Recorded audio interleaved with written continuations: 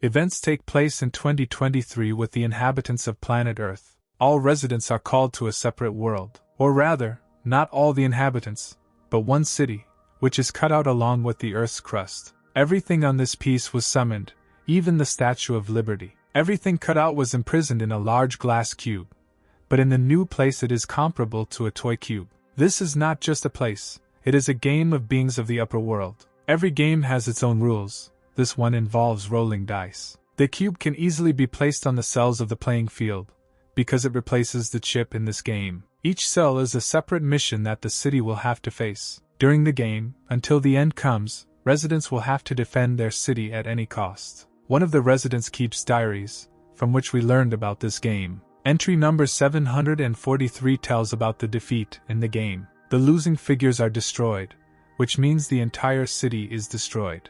Along with the city, its inhabitants suffer disaster and die. The diary stores the tactics used and also records all the events of the game. The diaries say that rebellion against the players is unacceptable under any circumstances. Even the possession of a powerful weapon should not motivate an uprising, because for the players the city is only a small piece in their big game. One of the players who controlled their piece dies along with it.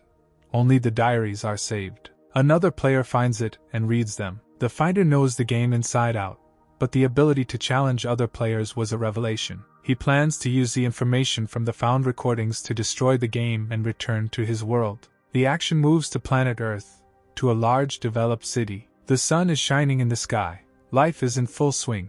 Everyone is busy with their own business. Jack heads home after university, listening to his favorite songs on his headphones. He is ready to overcome another meter separating him from home when something unexpected happens. A bright blue flash appears to his right. Jack has never seen this before, so he freezes in place. Panic begins all around.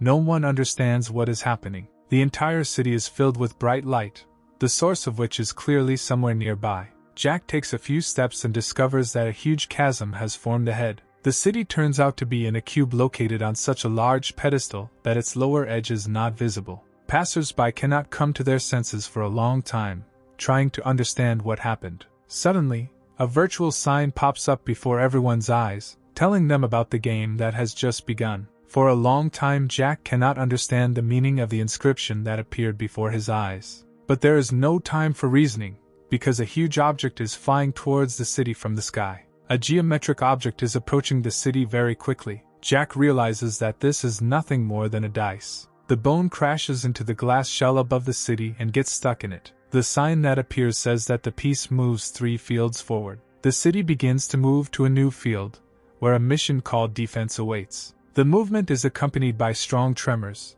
Like an earthquake, residents scream and beg for help. Jack realizes that the city has been called into play. The city stops, and Jack gradually immerses himself in the details of what is happening. A sign appears in front of your eyes. You must roll the dice again to set the difficulty level and time for protection. The first difficulty level is determined. 3 days are allotted for defense. Next to the city, at the same height as it, another glass cube appears. The cube joins the city.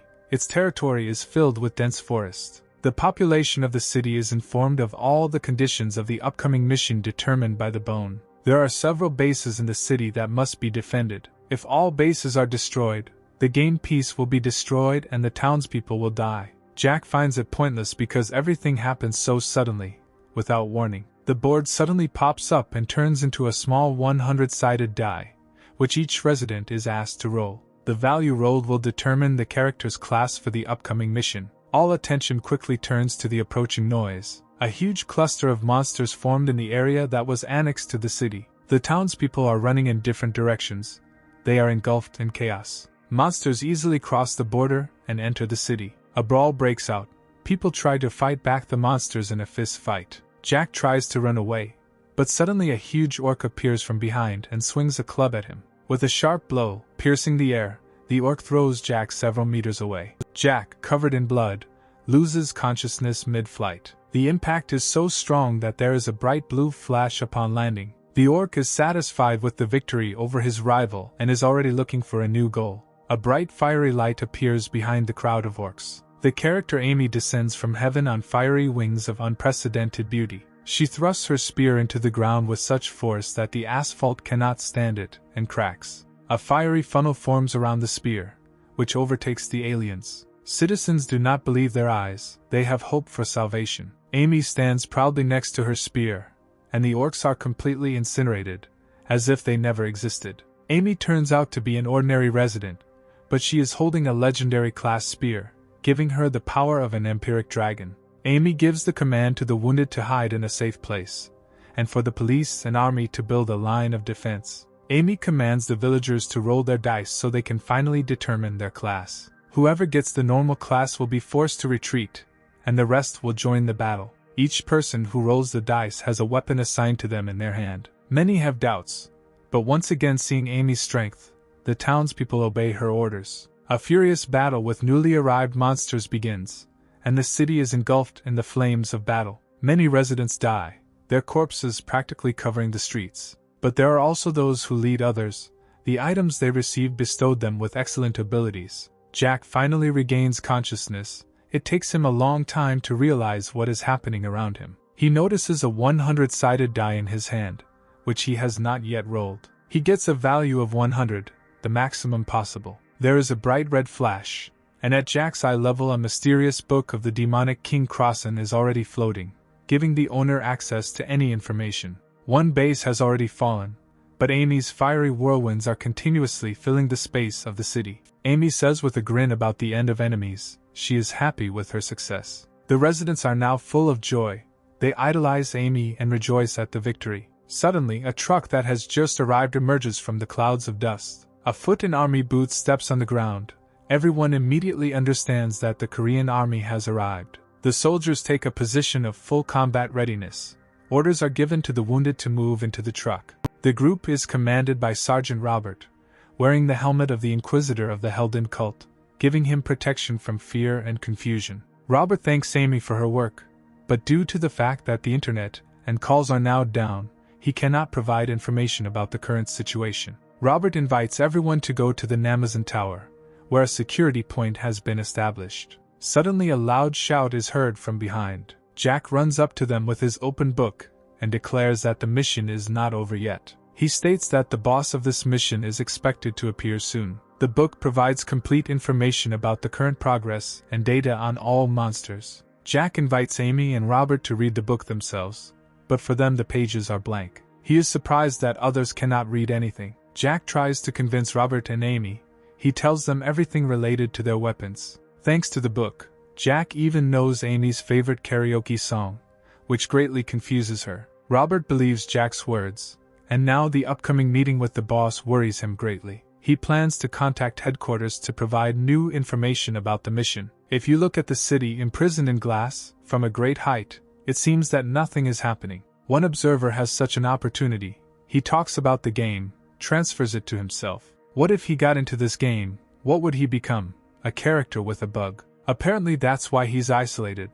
But what if he can someday return to the world? Robert calls out to Jack and gives him information from headquarters. Headquarters gave permission to take Jack's words into account. No one has any other plan. It's a game of luck, and Jack is the only one who has all the plans. Robert hands him the radio. Jack begins a report on the details of the current mission. The idea is to protect all 3 bases from advancing waves of monsters every 6 hours. If you manage to hold them off 12 times in a week and defeat all the bosses, then success will be for the townspeople. Jack also says that he will try to find a way to return everyone to the normal, old world. Amy is delighted by Jack's words. She sees him as a hero. Not just a hero, but a hero who thinks not only about the mission, but also about its consequences. While Jack is giving his report, he notices one catch in the book, namely, the owner of the book monopolizes the rewards of everyone who uses it. Anyone who uses the book and is not its owner will also not receive experience. This means not only direct use, even radio communications through a third party will be counted. Meanwhile, a boss appears, a 2-headed ogre who uses magic and melee combat. The battle begins. Robert points his machine gun straight at the ogre's head. Amy flies up and sends a pillar of fire at the monster. Her strength was enough to defeat the boss and complete the first wave. Such missions are reminiscent of strategy games. The monsters are advancing, and the player's task is to slow down their advance and then destroy them. The second wave of monsters is just around the corner. In 4 hours, Jack managed to develop new battle tactics. The first phase of defense is accompanied by attacks from long-range guns from the roofs of tall buildings. Monsters of the first level easily fall from such blows, because they are too stupid to come up with a way to reflect. The army has created a defensive line with which it can safely fire back. Jack is going to force his opponents to go in one direction, so that he can easily deal with them. Monsters gathered on one street will be met by residents with high-level equipment. Jack commands the operation via radio from one of the top floors of the tower. He has all the latest data, because the book is updated in real time. The city is in the grip of a battle and smoke is visible everywhere. Robert shoots the enemies, while one of the soldiers reports what is happening to Jack. Robert froze in surprise. He is outraged that at first the headquarters took into account Jack's words, and now the command of the operation has completely passed into his hands. If he only has data in his book, then he himself is capable of leading the city. But now Jack is already standing in front of Robert, and reports that everything is almost over. Robert is worried about the upcoming boss, but Jack assures that Amy herself can easily defeat him. Meanwhile, Amy sleeps quietly next to them, wrapped in several blankets. Hearing to herself, she suddenly opens her eyes and notices something she has never seen before. A huge earth golem towers in the distance like a mountain. This is Billy. He was abandoned at birth, so he is very weak in battle. Robert, Amy and Jack head towards the giant in a military truck. With a strong blow, Amy creates a flash, and the golem goes blind. He hits the ground at random, trying in vain to hit the fast-moving truck. Amy was hit by the impact, thrown into the truck, and full of displeasure, condemns Jack's plan. Jack states that they met the golem in an empty area on purpose so that it could not destroy the remaining bases. Amy suggests defeating Billy by hitting him with a barrage of attacks, since he is slow and has no resistance to the elements. She's a little unsure about her own idea, but Jack encourages her. Amy activates the empiric dragon ability embedded in her spear. Jack, having just opened his book, learns about the hidden abilities of heroic items that are activated when certain conditions are met. Amy looks at him slightly puzzled, since her spear is heroic. She stands in front of the golem, raising her spear and preparing to deliver a crushing blow. The spear, along with herself, is embraced by the power of the ice element, but the golem is faster and crushes Amy with its huge fist. Suddenly the fist is filled with a bright orange light. The light comes out even through the stone. A fire-breathing dragon flies into the sky. The book reports that the hidden skill of the dragon's fawn has been activated. Even Robert and Jack look at what is happening in a stupor. They did not expect to see this. The summoned dragon rushes at the golem and crushes it. Stones fly in all directions. A fiery dome filled with energy formed within a kilometer radius. Amy, a little battered and mutilated, is cheered on by Jack, clearly impressed by the power of the skill used. Is the book really that useful in the long run? Or could it become a real danger for the city? This is the question Robert asks himself. But he is sure that while the book is in Jack's hands, he shouldn't think about it.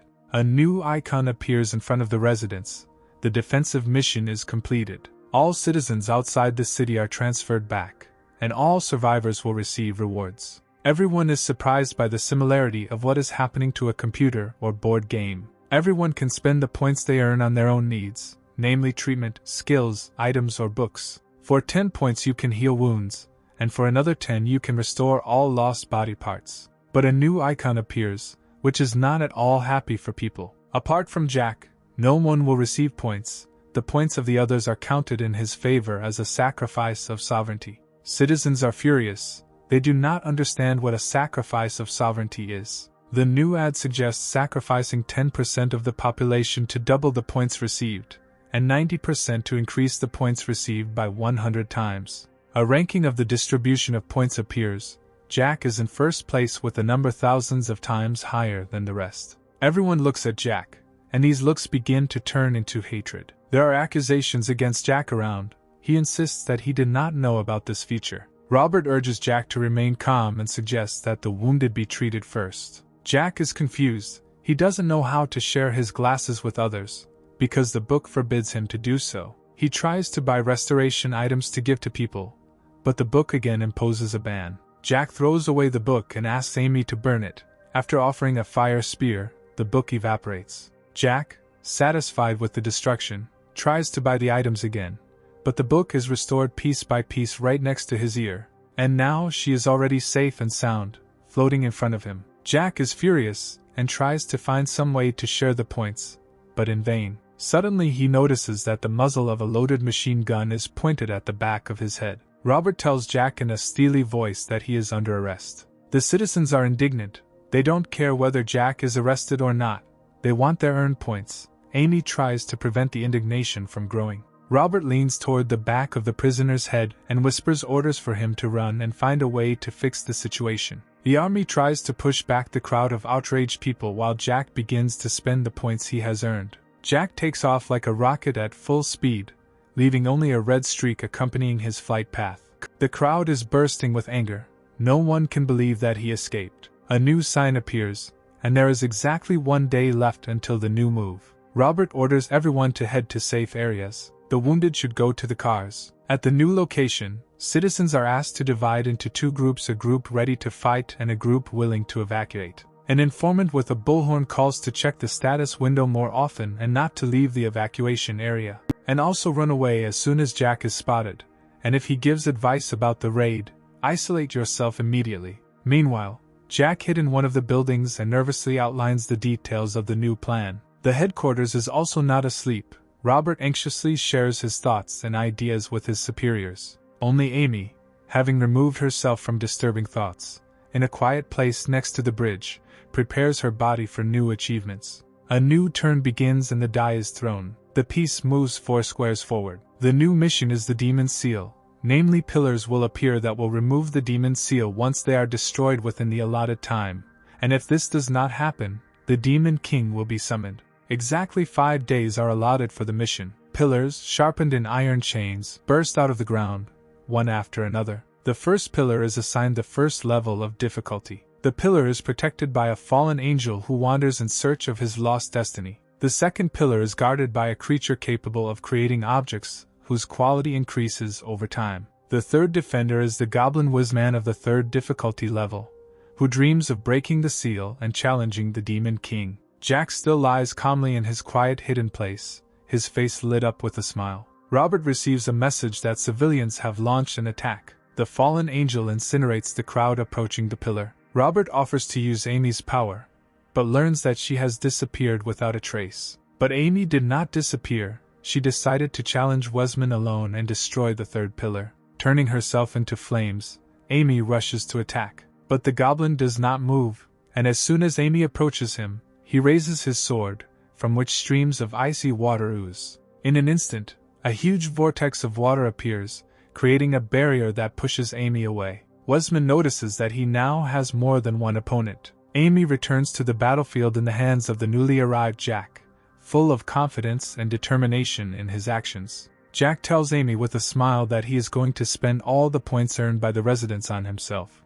which he asks her to report to everyone. Jack turns around and leaves, and so that the points he earns do not go to him, he asks Amy to order the residents not to appear in front of him. He is disappointed that he could not find a way to return all the glasses he accidentally stole. But now he can spend everything on himself, increasing all levels to the maximum. Everyone in the city receives a message about all the upgrades Jack has acquired, and anger reaches its limit. He receives a huge number of heroic class items and decides to use them all, because there is no way to get rid of them. Wesman breaks into a joyful smile, because a worthy opponent finally appears in front of him. Now Jack's only desire, dressed in new heroic armor, is to protect the city in any way until it becomes possible to return to normal life, and from now on the insults of others cease to bother him. Jack rushes up and flies away, leaving the battlefield. He will return to Wesman. He flies to the next target, pushing off the walls of buildings that he meets along the way. The angel without destiny only manages to notice a red light in the distance before a barrage of attacks bites into him. With one kick, Jack breaks his opponent's neck. The angel is crushed. But the residents, on the contrary, manage to notice the hero. Their desire is to kill him. Jack managed to read in the book that as soon as an angel crushes 100 people, he will turn into a fallen angel and become much stronger. That's why the battle with the Goblin Wesman took a back seat. A military truck appears on the road leading to the first pillar. Robert, sitting behind the wheel, is immersed in his own thoughts. Suddenly, a powerful point blow, accompanied by a bright flash, like a meteorite, overturns the car. The truck manages to flip over several times in the air before landing on the asphalt. Robert and the soldiers remain unharmed. No one understands what happened to them. In the distance you can see a dark silhouette, in one hand of which there are huge wings. With the help of his legendary sword, which turns the amputated parts of monsters into objects, Jack decides to slightly transform the body of the dead angel. The soldiers running up to him begin to admire his success, but Jack does not react. At that very second, only a bright light remains from the hero. A new goal has already been outlined. Robert is about to leave, satisfied, although not his, but with success at the front, when his assistant notices something is wrong. The angel's body sparkles with a violet flame, and his strength begins to gradually return to him. A new characteristic is displayed on the monster's icon, namely the fallen angel turns into another creature thanks to the ability of damage. And now a beast of corruption of the second difficulty level is raging in front of the squad. The soldiers take combat readiness and form a protective line. Firing begins on the monster from all sides. The guard turns out to be too strong. The entire squad, shrouded in fear, takes flight. Even Robert, with his helmet attribute, decides to retreat, but the monster chooses him as the first target. The monster presses him to the ground with a huge paw, and a large puddle of blood can already be seen from under the paw. In parallel with what is happening, Jack is already preparing tactics for the next defender of the pillar. The beast's paw immediately lights up with a bright green flame. The monster is in obvious bewilderment. A sudden bright explosion pushes the monster away. Robert rises in front of him, full of strength. The helmet's hidden ability has been activated, awakening the spirit of Heldin, Inquisitor of Heretics, in the owner. The ability imbued Robert's equipment with divine power, and deprived him of the feelings of fear and chaos. The effect spread to the soldiers of his squad. Everyone rushed into battle. Robert recalls a conversation with his battalion commander, Richard, on the first day of the game. The commander allocated a truck to the sergeant, but even this, not so significant decision, caused doubts and self-doubt in Robert. Robert was appointed as a simple observer, and most importantly calm. But now he is cold-blooded and rational, seeing no obstacles, zealously eager to fight. Bullets imbued with additional divine energy easily penetrate the beast's armor, and the spearmen plunge their weapons into the exposed part of the body. The monster is defeated, and a victory flag is hoisted on its body. Jack watched the sergeant's battle from the side. He knew that the monster's defense was weak, so the soldiers would be able to cope with it. After the angel changed form, the points Jack received for his contribution to the battle were cancelled. Jack tells a couple of facts he learned from the book to the Goblin Wisman. He invites the Goblin to make a bet. The Goblin listens carefully to his proposal. If Jack wins, he himself will break the Demon King's seal. The action moves to the second pillar, which is now protected by the created anti-human machines. Amy uses all resources to resist them, continuously creating more and more new streams of fire. But there is no end to the machines. They adapt to their opponent, take over the icy elements. Each destroyed robot turns into a new, more advanced one. Amy realizes that she cannot cope with her rivals, and therefore gives the order to retreat. But people are not ready to retreat. Everyone needs their points to get at least part of what Amy has. A squad of archers from the kingdom of Aaron appears, equipped with crossbows, and they open fire on the vehicles. Noticing the newly arrived squad, the main guard of the second pillar prepares to incinerate it using a laser built into its eyes. The archers were clearly not ready for this. They fear their approaching death. A laser of unprecedented power erupts from the eyes of the defender. Another split second and the squad is finished. But right there, Amy, using her spear, creates an oncoming flow that slows down the laser. A strong explosion occurs and a large fire begins. Amy once again commands the common people, even members of the archer squad, to leave the battlefield. The second time, they finally decide to run for their lives, ignoring the potential points. Amy rejoices at her success in the battle, but the defeated guard is still functioning. With the help of his eyes, he begins a detailed analysis of the hero. He receives all the data about Amy, namely level, status, health indicators, abilities, and weapons. Based on the data received, the guard creates a new machine called Anti-Amy. The robots continue to adapt. They immediately target Amy and sink and fire missiles. Amy successfully copes with the first wave of attack. Encouraged by her success, Amy finds a second wind. Her hair lights up with a bright flame. The robots burn out one after another, The guard was clearly not ready for this. Amy applies all accumulated effects, soars into the sky and prepares to break the enemy with one powerful blow. The Guardian is defeated, and Taimi watches the outcome of the event from afar. Taimi has a second difficulty level. He is armed with the Dragon Slayer, and is also capable of inflicting additional damage on Amy. Amy notices him as soon as he lands right behind her. A new battle begins. The robot parries almost every blow from the heroine. Suddenly Jack appears and finishes off all the surviving robots. He takes the head of the defeated guard, and then blows up everything around him. Again there is a bright fiery flash. Objects and people are lost from sight. Amy takes advantage of this situation, easily hiding from her antagonist. Anti-Amy discovers her tracks and begins searching for her target. The Headless Guardian has a new trait unlocked that allows him to start producing the latest robot model at double the speed. The quantity produced also doubles, namely, in one cycle 2 robots are now born. Production will not stop until Amy is destroyed. Jack stands on the edge of the roof of a high-rise building and reflects on the past battle. Capturing each block was difficult. Once again, a lot of effort and resources were expended, and again many people died. Jack could easily defeat all his rivals.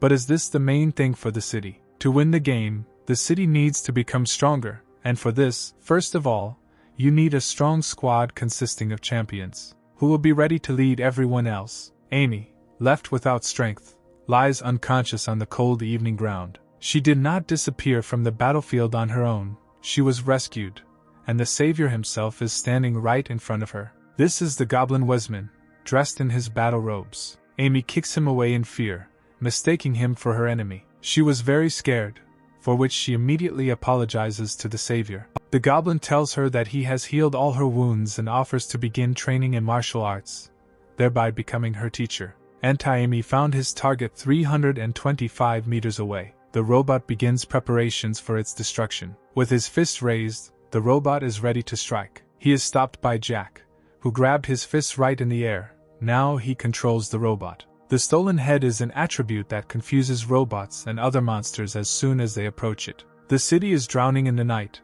Only the moon in the sky illuminates the path for the city's inhabitants. Amy and her teacher practice martial arts to the fullest, developing their own skills. Amy learns to control her fiery power, calling on the spirit of fire at different intervals, at different moments in the battle. The master warns her that the power is only given to her, and does not come from herself, so she must use it sparingly so as not to harm herself. Amy fires a powerful blast at the goblin, making it difficult for him to parry such blows. Time drags on. Both fighters gradually lose all their strength. Amy learns that Jack made a bet with Wesman that she could defeat the robot Anti-Amy. She doubts her abilities. The goblin asks her why she trains with him to become stronger or because she trusts Jack.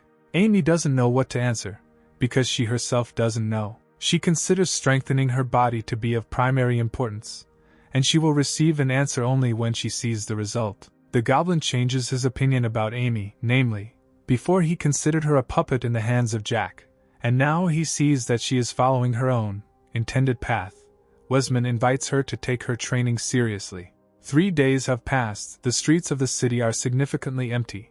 The wind blows along the roads and meets few people on its way. Many residents sit underground, in the subway, thereby isolating themselves in order to get the required points. Some are overcome with anxiety, namely whether they should be out there to help in the midst of a mission. One of the walls suddenly explodes, daylight entering the tunnel. Anti-Amy lands smoothly on the platform, his armor shimmering as if cast from pure platinum. The robot launches the analysis program and searches for Amy's object. It detects the target, and releases a powerful ice pulse. The target begins to move, shots fly in all directions, people have difficulty dodging them. The robot confidently states the destruction of the target. But next to him, on the floor, he notices the half-destroyed head of a guard. It's as if a ball of fire appears from the ground behind him, and then Amy herself. She amazes everyone not only with her appearance, but also with her new fiery attire. Jack and Wesman are watching what is happening from the roof of a nearby house,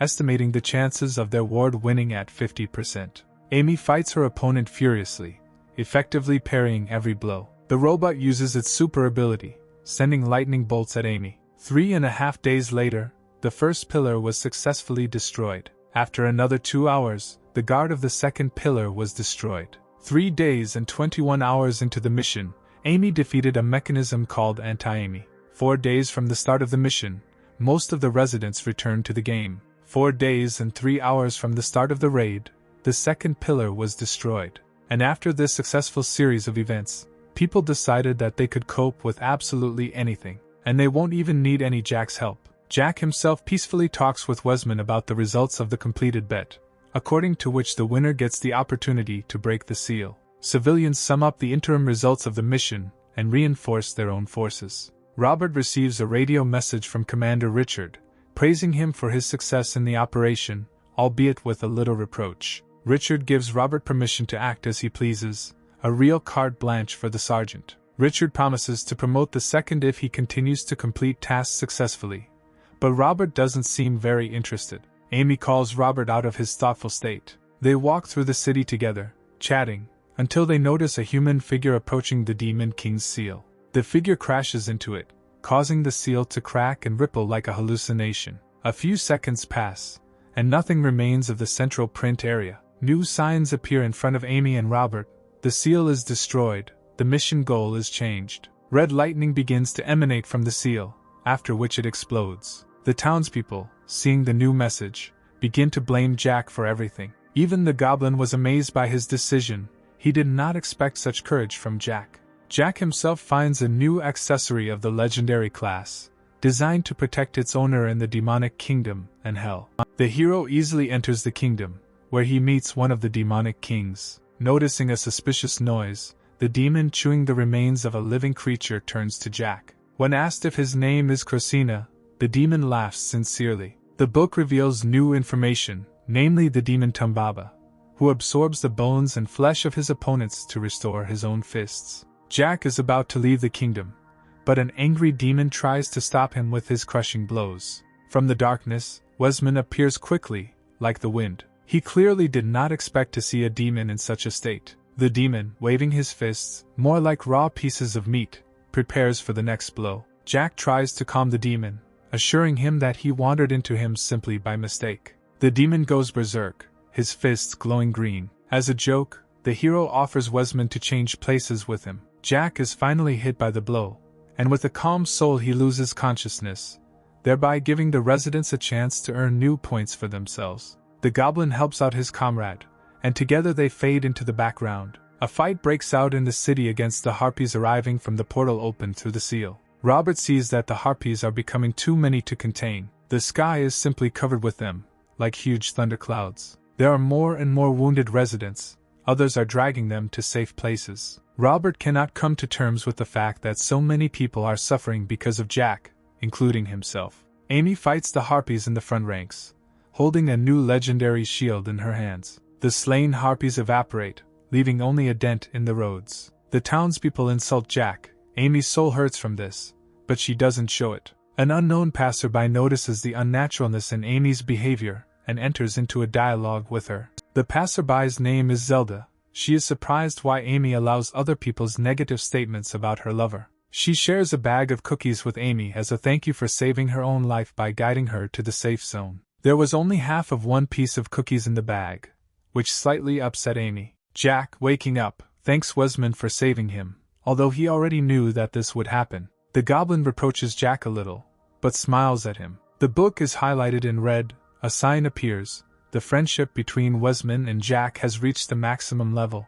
Crossan's hidden skill is activated. Goblin and Jack return to Tumbaba to take revenge on him. The goblin decides to use his signature move. The technique can take his own life, but for victory this action is simply necessary. Wesman's eyes widen and take on a blue tint, and the demon goes blind. Taking advantage of the moment, Jack cuts off the king's head. The new icon says that all mission monsters have been defeated, and the goblin strikes a victory pose. The book invites its owner to sign a spiritual contract with Wesman, to which Jack immediately agrees. Jack flies from the sky where the seal and portal used to be, enjoying the work done. The rating again appears before the residents, in which Jack continues to hold the lead with 100-fold advantage. Amy stands in the open air, also puzzled by the distribution of points, as Zelda watches her from above. As Jack flies through the sky, Zelda admires him and wonders if he will ever become a rising star. Or maybe it will become the most dangerous bomb. Robert again plunges into his own thoughts.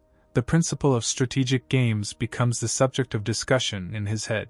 Robert is confident that the principle of the game he is in is to protect his own base with the help of troops. Is it possible in this case for a kind of supreme alliance with Jack, with the help of which it will be possible to destroy the demonic king? One of the players, ready to make his next move, discovers a paranormal element inside a glass cube. Using the command menu, it becomes possible to destroy this element. Flying above the clouds, Jack notices something is wrong, as if someone's gaze is directed at him. He thinks it was a hallucination, so he suddenly drops to the ground. An error occurred while executing the command. The player cannot perform the destruction. The player launches an analysis of the paranormal element. It turns out to be Jack. The player decides to reconfigure the element in his favor. He makes Jack invisible to the rest of the players, and the game continues. Citizens can finally spend the points they earn. The voice of the speaker on the street announces the results of the study of the in-game dice, and begins to describe the principle by which all residents were divided into classes. Robert acquires a heroic class tool, but it turns out to be an ordinary spoon, which Robert does not know how to use. The townspeople begin to exchange their items with each other. Propaganda begins on the streets. Fighters are recruited to carry out the upcoming mission. Amy reports to Sergeant Robert that she is going to leave the army to help people hiding in fear. But at the same time, she will still help the city in upcoming operations. Jack looks around the city, sitting on the ledge of one of the roofs. Everything is going according to his plan. There are the heroes the city needs, and there is the army it needs. But what if his strategy doesn't go as planned?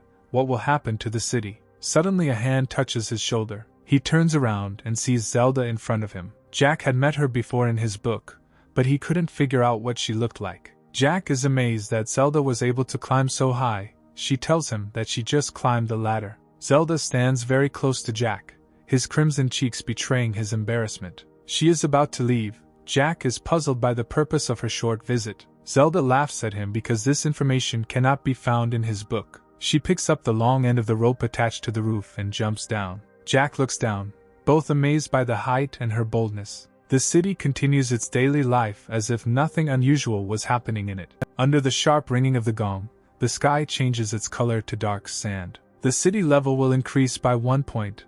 The city's infrastructure will be partially restored. From the book it becomes known that the level of the city is directly proportional to the number of points spent by residents. Jack realizes that his points did not count toward the city's score. But where did they all go then? Jack begins to suspect that the book has taken them for itself, but is not sure yet. Is it safe to continue using the book? Along with the city, Robert's shoulder straps were also updated. He was awarded the rank of second lieutenant. Zelda watches the army from a low balcony. She sees that everyone is doing just fine without her participation, so she doesn't know where to go. On the balcony next to her lie a couple of corpses of soldiers, possibly killed by her, and nearby are boxes filled with dice of all different types. Jack sits in his bunker and thinks, waiting for the start of a new move. A description of the new mission immediately appears in front of him. The city has been caught by the god of gold, who must be satisfied with treasures within a certain time, otherwise the game will be over.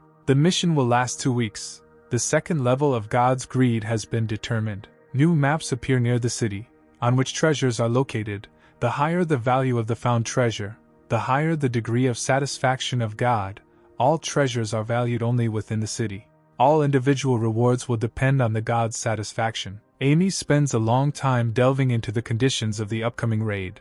Next to her, the dissatisfaction of the crowd is again heard. The mission has a lot of conditions that will take a lot of time to understand. Amy decides not to read anything and just explore the newly appeared territories. There are 3 locations attached to the city, namely the jungle, desert, and canyon. Jack is pleased with the conditions of the upcoming mission and considers such arrangements to be extremely lucky. Jack decides to help the city achieve the level of development necessary for his strategy with the help of Crossan's book, and then find a way to get rid of it. Immediately after the decision is announced, the book is pierced by a sharp blade, which also passes through the hero's body. The sword disappears and the book begins to fly around Jack. His body is seized by acute pain, the source of which is in the region of the heart. This pain is the Demon King's punishment for laziness. Jack's health will gradually decrease until the required number of other people are sacrificed to sovereignty. The jungle sector comes to the fore. A team called Kangi and Roses finds a dungeon with treasures.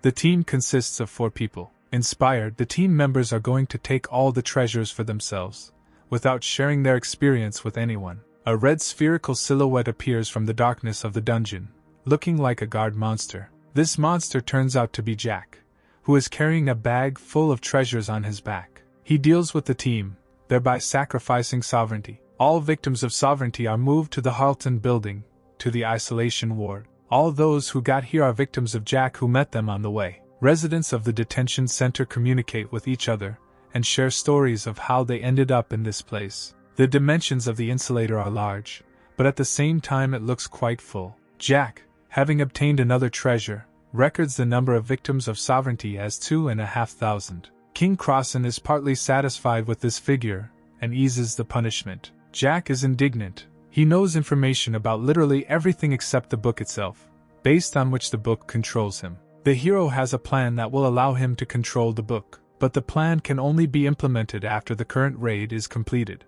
The following actions take place in the canyon location, in the nest of the Griffin Emperor. This is not just a griffin, the blood of dragon ancestors flows in its veins. Jack lures the griffin, intending to attack him. Meanwhile, Amy also joins the battle in the canyon. She climbs onto the stone troll's shoulders and thrusts her spear into him. Amy recalls Master Wesman's advice on battle tactics, and then, with one swing of the spear, he blows off the troll's head. With each battle won, Amy becomes stronger, for which she mentally thanks the goblin. The heroine rushes to the conquered treasure, but notices Zelda near it. Amy doesn't understand why the other one is following her. Zelda, full of pride, says that stalking is a very profitable activity for her. Amy is so delighted by these words that she cannot find the words to answer. They decide to continue their journey together. Orc watchers can be seen on the walls of the gorge, watching the 2 girls. Amy notes the size of Zelda's bag. It's too small to spend all day collecting treasures, to which her companion replies that she focuses on quality over quantity.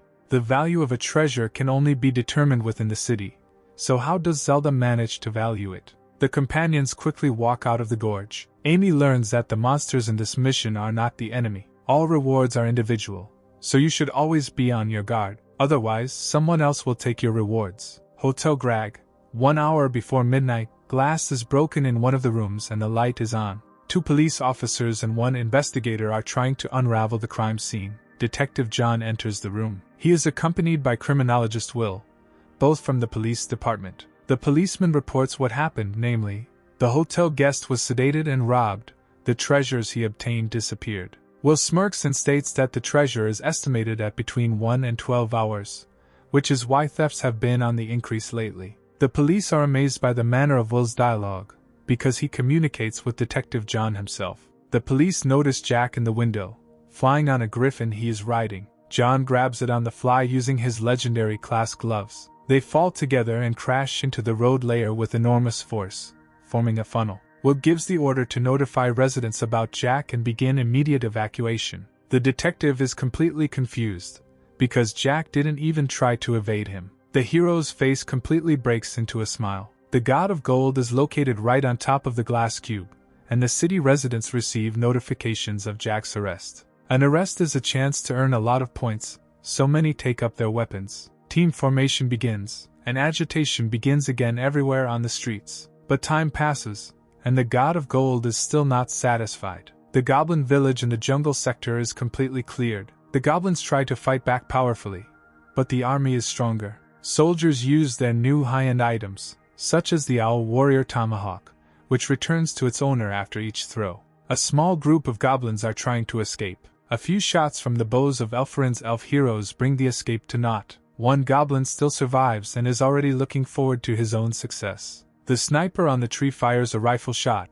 The goblin's head is torn into small pieces. Robert, who is in a neighboring village, also reports on the successes of his squad. The goblin magician tries to use witchcraft to protect himself from the soldiers. The ritual of summoning the goblin god is already in its final stages. One of the fighters takes out an explosive ring, a magic class accessory. A powerful explosion, accompanied by a bright purple flash, makes everyone forget about the magician. Robert doubts the fairness of the tactics used, but this is war, not a fight between anime characters. In the cleared areas, hostages are found severely wounded city residents. A new strategic plan is being discussed at Army Command Headquarters. Richard decides to send additional forces to the captured villages to strengthen control over them. There are plans to turn the new territories into external military bases. Richard tries to get information from Robert about Jack's arrest, but he knows nothing. Robert believes that the arrested person is not an enemy, and the only thing that poses danger is his book. Near the police station, under the bright afternoon sun, a griffin settled down. The police are indignant, but what can they do when their size, compared to a bird, is comparable to a small pea? Jack eats his meal in his cell as if nothing had happened. Will and Jack, who came to him, immediately try to exert psychological pressure. The hero only laughs in response, happily admitting all the acts of which he can be convicted. Will looks closely at Crossan's book, hoping to learn at least something from it. Having learned nothing, Will suggests that Jack resort to the Samaritan law to avoid punishment through the divine will. But in response he receives only a cold refusal. He did not come to prison for anyone's help. John looks at Jack in surprise, completely confused about what is happening. A policeman runs into the cell with important news. There was just an attack on the townspeople by a hero with a heroic class item, and such incidents are becoming more frequent. Will and John, as part of a police squad, move to the scene of the incident. Will makes a conclusion about the naturalness of what is happening. John puts on his hero-grade gloves and prepares to fight off the criminal. In the middle of the street, a townsman, raising his sword, prepares to kill another in order to take away his treasure. The criminal's eyes look as if he has been possessed by the devil. He is about to leave to find a new target when he notices John approaching him. The criminal is at a loss. The detective is clearly head and shoulders stronger than him. The only decision he makes in this situation is to give up. Will reasons that he and the detective, with such power, could easily become kings of the city. John cannot help but be pleased by this offer. He holds back a joyful smile. Will comes to the conclusion that there are many oddities in Jack's arrest. Why publicly surrender after only one day of the raid?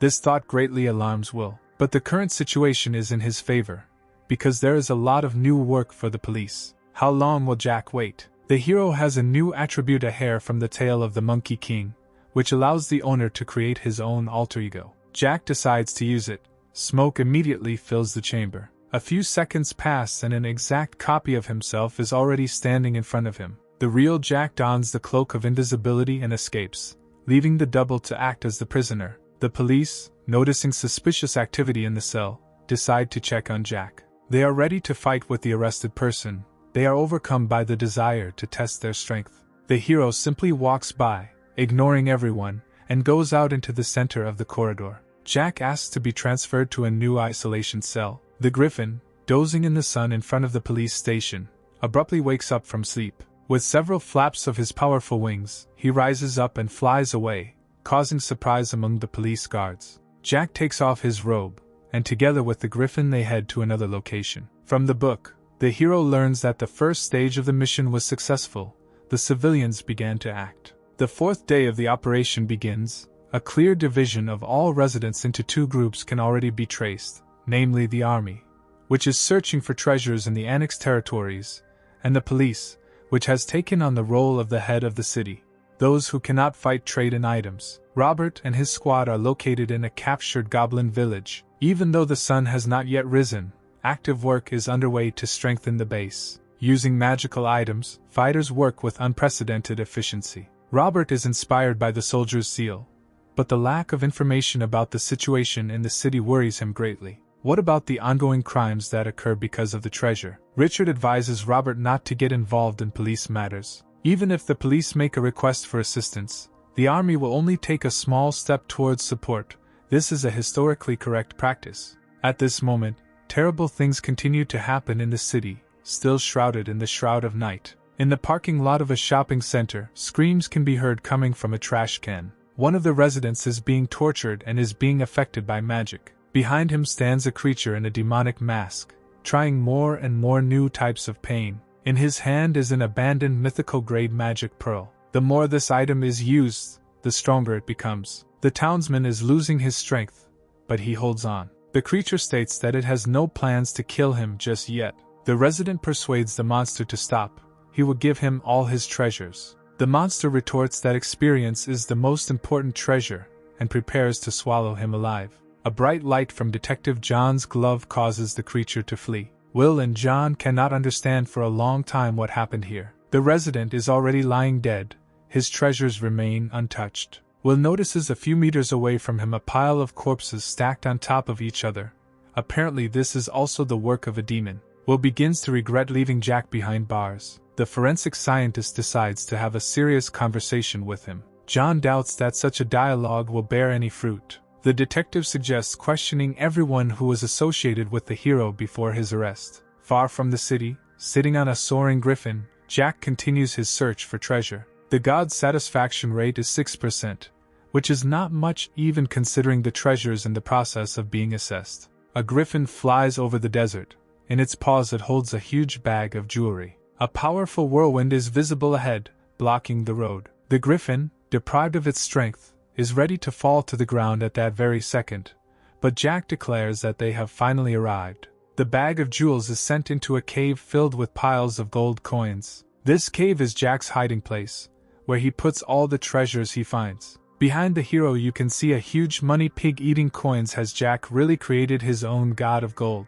In parallel with what is happening, Robert is going to make a statement about the situation with Jack. He climbs into a military truck and heads into the city. But the goblin Wesman is not wasting any time, planning to bring his cunning plan to life. Using his lightning ability, he attacks Jack and knocks him down. The hero falls to the ground and loses consciousness. The goblin, satisfied with the result, is about to leave. Jack immediately comes to his senses, full of joy and strength. Wesman used magic to apply pressure to Jack's G points to relieve the pain of the book's curse, which was his plan. Two friends are wondering how they can find the demonic King Crossan. The book shows all of Robert's movements, and while he is in town, Jack and Wesman decide to head into the forest. Isn't this the best time to rob an empty house? The truck enters the city. Robert senses something is wrong. He commands the driver to sharply turn the car around. The truck is ambushed and several fireballs are thrown at it. Robert notices a squad of magicians on the roof using spells against him. The driver manages to get the truck out of the way. Robert orders to continue driving until reinforcements arrive. The fighters notice that a demon is approaching their truck at great speed. The demon flies much faster. He will inevitably overtake them. Jack has already managed to penetrate the forest dungeon, where he is met by abyss lizards. Lizards have been assigned a third difficulty level, and the strength of their attributes increases significantly. Jack turns monsters to dust with one swing of his legendary sword. He notices that his body has become much lighter after receiving the chi points. The aura of this place is similar to the realm of demons. Wesman asks Jack to be careful. The hero is depressed, because if this is truly the abode of the Demon King, then the demonic punishment of the book will become many times stronger. The friends decide to leave this place as soon as possible.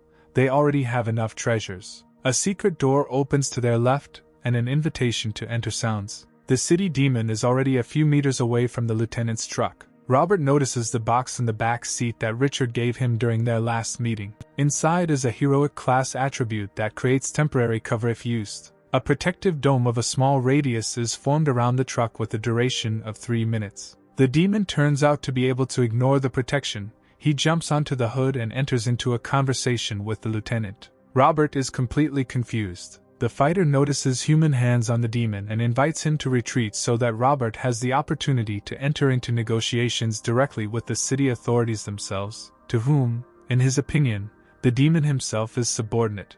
The monster laughs back and praises him for his courage. The creature declares that it is not going to listen to the army soldiers, much less obey their orders. The truck begins to disappear right before his eyes. Robert notices that the demon's aura turns out to be fatal to people who fall into it. Such a force could become a real weapon of mass destruction. Robert agrees to surrender if the demon fulfills one of his conditions. The demon will have to become the lieutenant's subordinate. Robert will bring him to his senses and make him more humane. Reinforcements appear. Detective John uses the heroic glove to create a healing aura that neutralizes all the effects of the demon. The demon is unable to cast spells under this aura. His only weapon remains a heroic class slingshot. He flies into the sky and sends it straight at his opponents. The force of the impact from the projectile is comparable to a laser.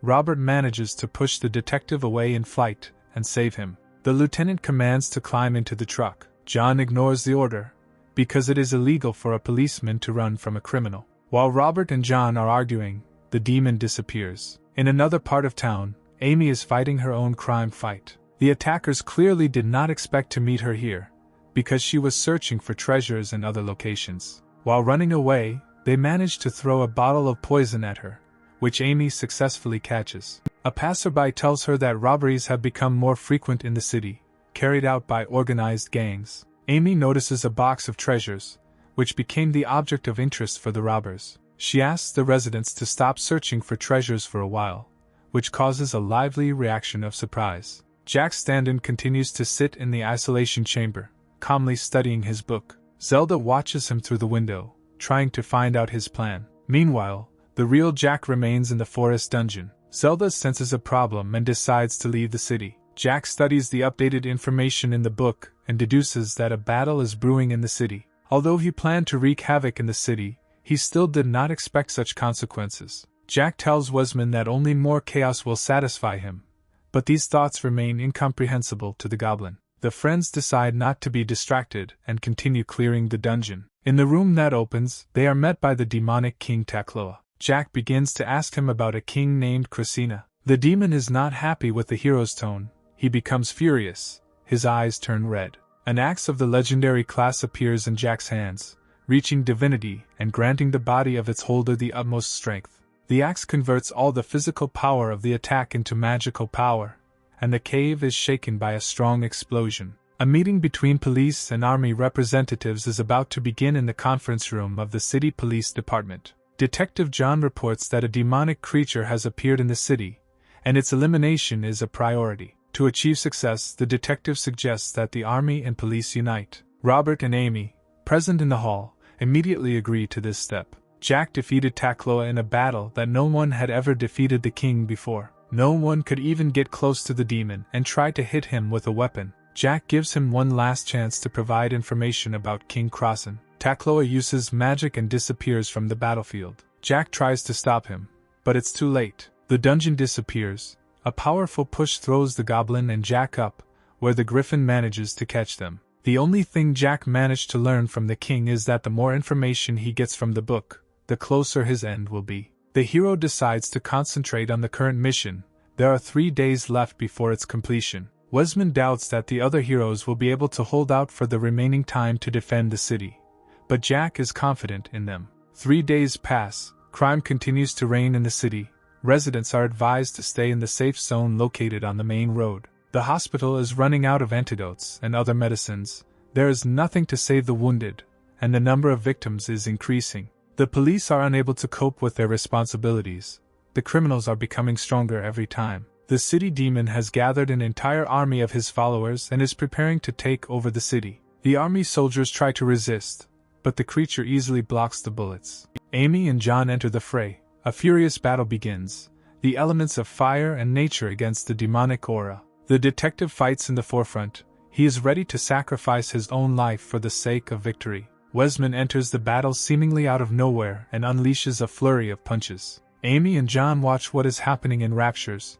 They cannot understand who is in front of them. The goblin is clearly not happy with his student, who could not cope with a third-rate warrior. Amy can't believe her eyes. She definitely didn't expect to see Wesman on the battlefield. A sign appears in front of the city residents with the note, "Breaking news, the second god of gold has been discovered. The goal of the mission has been changed.